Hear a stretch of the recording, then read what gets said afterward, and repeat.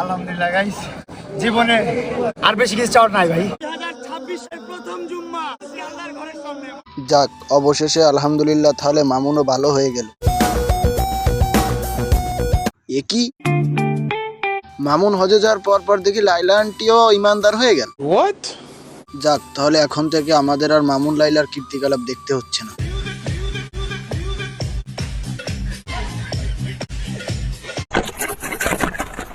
Wait ভাই, আমারে আবার গালি দিও না। তাহলে তুই আরে কাকা, আগে তো আসল ঘটনা জানতে হবে, তারপরে আমাকে গালি দিবেন না কি করবেন সেটা তো আপনারাই ডিসাইড করবেন। আপনারা তো ভাবছেন ছেলেটা হজ করলো, আবার আমি এখানে ড্যান্সের ভিডিও চালাচ্ছি কেন, তাই তো?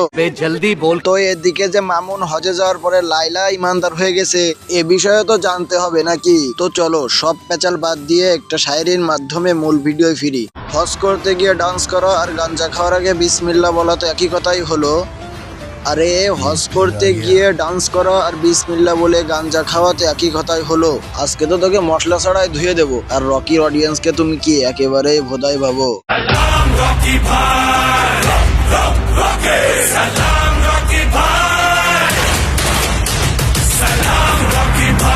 আসসালামু আলাইকুম ভাই বিরাদার, সবাই ভালো তো নাকি? চলো আজাইরা পেঁচাল বাদ দিয়ে মূল ভিডিও শুরু করি। ভাই দেখো, হজে গেছে ভালো কথা, হজে গেছিস, আল্লাহর ঘরে গেছিস, আলহামদুলিল্লাহ, তো ভিডিও করে ছাড়বি, এটা কোনো ফ্যাক্ট না ভাই, এটা আলহামদুলিল্লাহ খুবই ভালো। কিন্তু না ভাই, মাঙ্গের নাতি কি করবে, ওর হজের ভিডিও মনে আর পোষাচ্ছে না, ও এবার কি করবে, ও এবার ড্যান্সের ভিডিও আপলোড দেওয়া শুরু করছে। নাও, যখন এবার অন্য কেউ এই বিষয়ে কথা বলতে যাবে, তখন তোমাদের মাওলানা সাহেবের মতামত শোনো।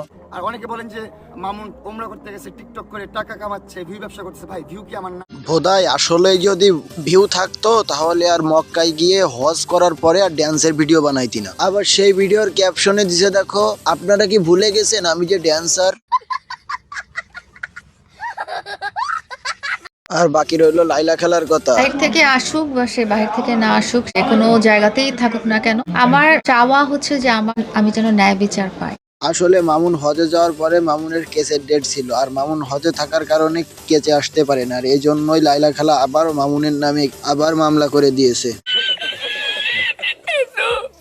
আর এদিকে মামুনের মা হজ শেষ করার পরে যখন এয়ারপোর্টে আসার পরে আমার বুকের দন কি আমার বুকে আসে না জেলখানায় যায়। দাদিবা, আপনি শিওর থাকেন যে আপনার ছেলে জেলখানায় যাচ্ছে? কারণ বাংলাদেশে থাকলে যে কোনো জায়গায় পলাই যেতে পারতো, কিন্তু যখন সে বিদেশ থেকে দেশে আসবে তখন তো সে এয়ারপোর্ট দিয়ে ঢুকতে হবে, আর এয়ারপোর্ট দিয়ে ঢুকলেই আপনার ছেলে কর। আর লাইলার কথা কি বলবো ভাই, কেস করতে আসে ফাঁকতালে করে টিকটক ভিডিও বানিয়ে নিল। দুনিয়াতে যদি বিচার না, আল্লাহর দরবার বিচারটা দিয়ে রাখি। এ গোষ্ঠী মারছে ভাই, পর্দা করার স্টাইলটা দেখছো, একেবারে কেমন জানি আসমানে তো হুর নামে আইছে। মানে ভাই, হাজী সাহেবের নামে কেস করতে আসছে, তার তো ইমানদার ভাবে আসা লাগবেই, না তো কি হয় ভাই বলো?